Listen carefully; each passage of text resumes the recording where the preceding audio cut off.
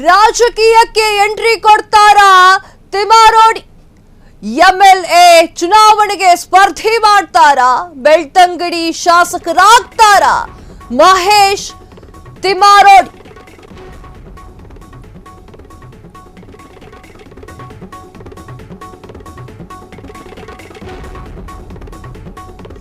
ಸೌಜನ್ಯ ಹೋರಾಟದಿಂದ ಹೆಸರು ಮಾಡಿದ್ದಂತಹ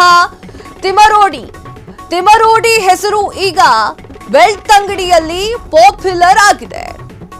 ಮಹೇಶ್ ಎಂಎಲ್ಎ ಆದ್ರೆ ಚಂದ ಅಂತ ಭಾವಿಸುತ್ತಿದ್ದಾರೆ ಮಂದಿ. ಹೀಗಾಗಿ ಮುಂದಿನ ವಿಧಾನಸಭೆ ಚುನಾವಣೆಗೆ ನಿಲ್ತಾರ ಮಹೇಶ್ ಶೆಟ್ಟಿ? ಯಾವ ಪಕ್ಷದಿಂದ ನಿಲ್ತಾರೆ ಮಹೇಶ್ ಶೆಟ್ಟಿ? ಬಿಜೆಪಿಯಲ್ಲಿ ಅವಕಾಶ ಇಲ್ಲ, ಕಾಂಗ್ರೆಸ್ನಲ್ಲಿ ಇಂಪಾಸಿಬಲ್. ಸ್ವತಂತ್ರ ಅಭ್ಯರ್ಥಿಯಾಗಿ ನಿಂತು ಗೆಲ್ತಾರ ಮಹೇಶ್ ಶೆಟ್ಟಿ ಎನ್ನುವಂಥದ್ದು. ಅರುಣ್ ಕುಮಾರ್ ಪುತ್ತಿಲರಂತೆ ಸ್ವತಂತ್ರ ಅಭ್ಯರ್ಥಿ ಆಗ್ತಾರ ಮಹೇಶ್ ಶೆಟ್ಟಿ?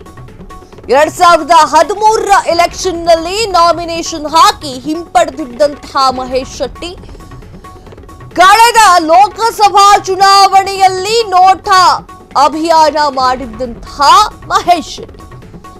ದಕ್ಷಿಣ ಕನ್ನಡ ಜಿಲ್ಲೆಯಲ್ಲಿ ನೋಟಾಗೆ 25,000 ಮತ ಬಿದ್ದಿದ್ವು. ಎಸ್,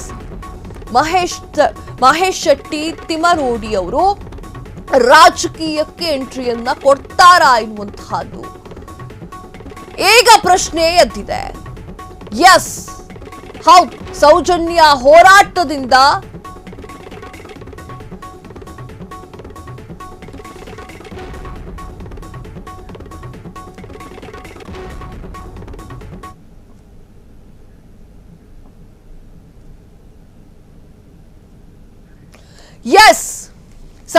ಹೋರಾಟದಿಂದ ಹೆಸರು ಮಾಡಿದ್ದಂತಹ ಮಹೇಶ್ ಶೆಟ್ಟಿ ಅವರು ರಾಜಕೀಯಕ್ಕೆ ಎಂಟ್ರಿಯನ್ನ ಕೊಡ್ತಾರಾ ಎನ್ನುವಂಥದ್ದು.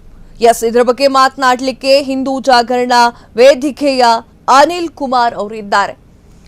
ಅನಿಲ್ ಕುಮಾರ್ ಅವರೇ, ನಮಸ್ತೆ. ನಮಸ್ತೆ. ನಮಸ್ತೆ. ಸೌಜನ್ಯ ಹೋರಾಟದಿಂದ ಹೆಸರು ಮಾಡಿಕೊಂಡಿದ್ದಂತಹ ಮಹೇಶ್ ಶೆಟ್ಟಿ ರಾಜಕೀಯಕ್ಕೆ ಎಂಟ್ರಿಯನ್ನ ಕೊಡ್ತಾರಾ ಅಂತ? ಪ್ರಥಮವಾಗಿ ತಮಗೊಂದು ನಮ್ಮ ಒಂದು ಮಾತುಗಳನ್ನ ಕೇಳಲಿಕ್ಕೆ ಅವಕಾಶ ಮಾಡಿಕೊಟ್ಟಿದ್ದಕ್ಕಾಗಿ ನಿಮಗೆ ಧನ್ಯವಾದಗಳು. ನಮಗೆ ನಾವು 13 ವರ್ಷದಿಂದ ಹೋರಾಟ ನಡೀತಾ ಇದೆ. ನಾವು ರಾಜಕೀಯ ವ್ಯವಸ್ಥೆ ಈ ಒಂದು ಏನು ಹೋರಾಟದಲ್ಲಿ ನ್ಯಾಯ ಸಿಗದ ಹಾಗೆ ಮಾಡಿದ್ದಕ್ಕೆ ಪ್ರಮುಖ ಪಾತ್ರ ಅವರದ್ದು ಕೂಡ ಇದೆ. ಅವತ್ತಿನ ಬಿಜೆಪಿ ಸರ್ಕಾರ, ಅವತ್ತು ಒಕ್ಕಲಿಗ ಸಮುದಾಯದ ಉಪಮುಖ್ಯಮಂತ್ರಿಗಳು ಮತ್ತು ಗೃಹ ಸಚಿವರಾಗಿರುವಂತ ಆರ್ ಅಶೋಕ್ ಅವರು, ಅದೇ ರೀತಿ ಅವತ್ತು ದಕ್ಷಿಣ ಕನ್ನಡ ಜಿಲ್ಲೆಯಲ್ಲಿ ಉಸ್ತುವಾರಿ ಸಚಿವರಾಗಿದ್ದಂತಹ ಸಿ.ಟಿ. ರವಿ ಅವರು ಅವತ್ತು ಏನೂ ಮಾಡಲಿಲ್ಲ. ಆ ಘಟನೆ ನಡೆದಂತ ಸಂದರ್ಭದಲ್ಲಿ ಆ ಪ್ರಕರಣಕ್ಕೆ ತಾರ್ಕಿಕ ಅಂತ್ಯ ಒಂದು ಕೊಡುವಂತಲ್ಲಿ ಮತ್ತು ಆ ತಾಯಿಗೆ ನ್ಯಾಯ ಒದಗಿಸುವಲ್ಲಿ ಅವರದ್ದು ಏನೂ ಪಾತ್ರ ಇಲ್ಲ. ಯಾವುದೇ ರೀತಿಯಾಗಿ ಕೂಡ ಅದನ್ನ ಏನು ಗಂಭೀರವಾಗಿ ಪರಿಗಣಿಸಿ ನ್ಯಾಯ ಒದಗಿಸುವಂತ ನಿಟ್ಟಿನಲ್ಲಿ ಯಾವುದೇ ಕೆಲಸ ಕಾರ್ಯಗಳು ಮಾಡಲಿಲ್ಲ. ಇವತ್ತು ಕೂಡ ನಡೀತಾ ಇಲ್ಲ. ನಾವು ರಾಜಕೀಯ ವ್ಯವಸ್ಥೆಯನ್ನು ವಿರೋಧ ಮಾಡಿಕೊಂಡೇ ಬಂದಿದ್ದೇವೆ. ಕಾರಣ, ಈ ಪ್ರಕರಣದಲ್ಲಿ ನಮಗೆ ರಾಜಕೀಯ ವ್ಯವಸ್ಥೆ ಯಾವುದೇ ರೀತಿಯ ಬೆಂಬಲವನ್ನು ಕೊಡಲಿಲ್ಲ. ಮತ್ತೆ ಇನ್ನೇನು ನೀವು ಹೇಳುವಂತದ್ದು, ಮಹೇಶ್ ತಿಮ್ಮಾರೋಡಿ ಅವರು ಈ ಒಂದು ಪ್ರಕರಣವನ್ನ ಹಿಡ್ಕೊಂಡು ರಾಜಕೀಯ ಪ್ರವೇಶ ಮಾಡ್ತಾರಂತ ಅಗತ್ಯತೆ ನಮಗೆ ಖಂಡಿತವಾಗಿಯೂ ಇಲ್ಲ. ನಾವು ಇವತ್ತಿನ ಕಾಲಘಟ್ಟದಲ್ಲಿ 2 ರಾಷ್ಟ್ರೀಯ ಪಕ್ಷಗಳನ್ನ ಸಮಾನಾಂತರವಾಗಿ ವಿರೋಧ ಮಾಡ್ಕೊಂಡು ಬಂದಿದ್ದೇವೆ. ರಾಜಕೀಯ ವ್ಯವಸ್ಥೆ ಈಗಿನ ಪ್ರಸ್ತುತ ವಿದ್ಯಮಾನದಲ್ಲಿ ಸರಿ ಇಲ್ಲ. ಹಾಗಾಗಿ ರಾಜಕೀಯಕ್ಕೆ ಬರುವಂತ ಅಗತ್ಯತೆ ನಮಗಿಲ್ಲ. ನಮ್ದು ಎಲ್ಲಾ ಪಕ್ಷದ ಕಾರ್ಯಕರ್ತರನ್ನ ಒಟ್ಟಿಗೆ ಸೇರಿಸಿಕೊಂಡು ಸನಾತನ ಹಿಂದೂ ಧರ್ಮದ ಪ್ರತಿಯೊಬ್ಬ ಏನು ಧರ್ಮ ಬಂಧವಾಗಿ ನಡ್ಕೊಂಡುವಂತಹ ವ್ಯಕ್ತಿಗಳು ಮತ್ತು ಸಮಸ್ತ ಸಮಾಜವನ್ನ ಒಟ್ಟಿಗೆ ಸೇರಿಸಿಕೊಂಡು ಈ ಪ್ರಕರಣಕ್ಕೆ ಒಂದು ತಾರ್ಕಿಕ ಅಂತ್ಯವನ್ನು ಕೊಡಬೇಕು ಮತ್ತು ಅತ್ಯಾಚಾರಿಗಳು ಯಾರಿದ್ದಾರೆ ಅವರಿಗೆ ಕಾನೂನಾತ್ಮಕವಾಗಿ ಶಿಕ್ಷೆ ಆಗ್ಬೇಕು ಅನ್ನುವಂಥದ್ದು ನಮ್ಮ ಮೂಲ ಉದ್ದೇಶ. ನಮಗೆ ರಾಜಕೀಯದ ಅಗತ್ಯವೇ ಇಲ್ಲ, ನಮ್ಮಂತ ಯೋಚನೆ ಕೂಡ ಇಲ್ಲ. ಒಂದು ವೇಳೆ ನಾವು ರಾಜಕೀಯಕ್ಕೆ ಏನಾದ್ರೂ ನಮ್ಮ ರಾಜಕೀಯ ಮಾಡಬೇಕು ಅಂತಿದ್ರೆ ಯಾವುದೋ ಒಂದು ಪಕ್ಷದ ಜೊತೆ ನಾವು ಮಿಂಗಿಲಾಗ್ತಿದ್ವು ಅಥವಾ ಯಾವುದೋ ಒಂದು ಪಕ್ಷದ ಜೊತೆ ನಾವು ರಾಜಿ ಮಾಡ್ಕೊಳ್ತಿದ್ವು. ನಾವಂತ ಕೆಲಸ ಮಾಡ್ಲೇ ಇಲ್ಲ. ಯಾಕೆಂತ ಹೇಳಿದ್ರೆ ನೀವು ಗಮನಿಸಬಹುದು, ಕಳೆದ ಲೋಕಸಭೆ ಚುನಾವಣೆಯಲ್ಲಿ ನಾವು ನೋಟಾವನ್ನ ಹೆಚ್ಚು ಅಭಿಯಾನ ಮಾಡಿದ್ವಿ. ಯಾತಕ್ಕೋಸ್ಕರ ನಾವು ವಿರೋಧ ಮಾಡ್ತಿದ್ದೇವೆ, ಈ ವ್ಯವಸ್ಥೆ ಸರಿ ಇಲ್ಲ ಅಂತ. ಅನಿಲ್ ಕುಮಾರ್ ಅವರೇ, ಸರಿ, ಸೌಜನ್ಯ ಪ್ರಕರಣದಲ್ಲಿ ಬಿಜೆಪಿ ಹಾಗೆ ಕಾಂಗ್ರೆಸ್ ಯಾವ ಪಕ್ಷದವರು ಕೂಡ ಬೆಂಬಲವನ್ನ ನೀಡ್ತಾ ಇಲ್ಲ ಎನ್ನುವಂತಹ ಕಾರಣಕ್ಕಾಗಿ ಮಹೇಶ್ ಶೆಟ್ಟಿ ಅವರು ಏನಾದ್ರು ಹೊಸ ಪಕ್ಷವನ್ನ ಕಟ್ಟಿ ಸೌಜನ್ಯಾಳಿಗೆ ನ್ಯಾಯವನ್ನ ಕೊಡಿಸುವಂತಹ ಕೆಲಸ ಮಾಡ್ತಾರಾ ಅಂತ? ಇಲ್ಲ ಮೇಡಮ್, ಒಂದು ಇವತ್ತಿನ ಪರಿಸ್ಥಿತಿಯಲ್ಲಿ ಒಂದು ಹೊಸ ಪಕ್ಷ ಕಟ್ಬೇಕಂದ್ರೆ ಅಷ್ಟು ಸುಲಭದ ಮಾತಲ್ಲ.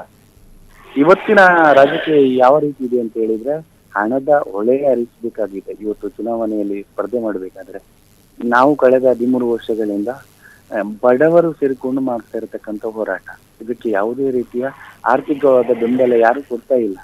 ಈ ಸಂದರ್ಭದಲ್ಲಿ ನಾವು ಹೊಸ ಪಕ್ಷ ಕಟ್ಕೊಂಡು ನಮ್ಗೆ ಅಗತ್ಯವೇ ಇಲ್ಲ. ಅದು ನಮ್ಮ ಅಂತ ಕಾನ್ಸೆಪ್ಟೇ ಇಲ್ಲ ನಮ್ದು.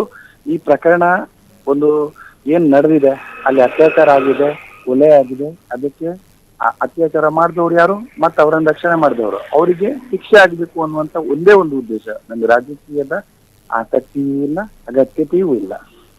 ಎಸ್, ಮಹೇಶ್ ಶೆಟ್ಟಿ ಅವರು ಮತ್ತೊಬ್ಬ ಅರುಣ್ ಕುಮಾರ್ ಪುತಿಲ ಆಗ್ತಾರಾ ಎನ್ನುವಂಥದ್ದು? ನೋಡಿ, ಇನ್ನೊಬ್ಬರ ಬಗ್ಗೆ ನಾವು ಮಾತಾಡ್ಲಿಕ್ಕೆ ಆಗುದಿಲ್ಲ. ಅವರ ಧೋರಣೆಗಳು ಮತ್ತು ಅವರ ಚಿಂತನೆಗಳು ಏನಿತ್ತು, ಅವರ ಉದ್ದೇಶಗಳು ಏನಿತ್ತು, ಅದು ನಮ್ಗೆ ಗೊತ್ತಿಲ್ಲ. ಅದ್ರ ಬಗ್ಗೆ ನಾವು ಮಾತಾಡ್ಲಿಕ್ಕೂ ಹೋಗುದಿಲ್ಲ. ಆದ್ರೆ ನಮ್ಮ ವಿಚಾರದಲ್ಲಿ ನಾವು ಬಹಳ ಸ್ಪಷ್ಟತೆ ಇದೆ.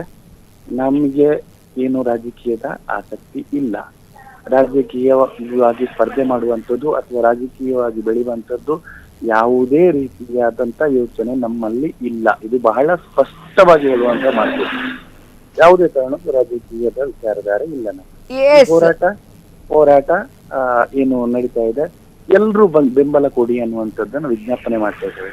ಇವತ್ತು ನಡೀತಂತ ಘಟನೆಗಳು ನಾವು ನೋಡಬಹುದು, ಯಾವ ರೀತಿ ಹೋರಾಟಗಳು ನಡೀತಾ ಇದೆ. ಇಡೀ ರಾಜ್ಯದಲ್ಲೇ ಈ ಒಂದು ಹೋರಾಟಕ್ಕೆ ಬೆಂಬಲವನ್ನ ನೀಡ್ತಾ ಇದೆ. ಆದ್ರೆ ಯಾವುದೇ ಒಬ್ಬ ರಾಜಕೀಯ ವ್ಯಕ್ತಿ ಕೂಡ ಅದಕ್ಕೆ ಬೆಂಬಲ ನೀಡ್ತಿಲ್ಲ.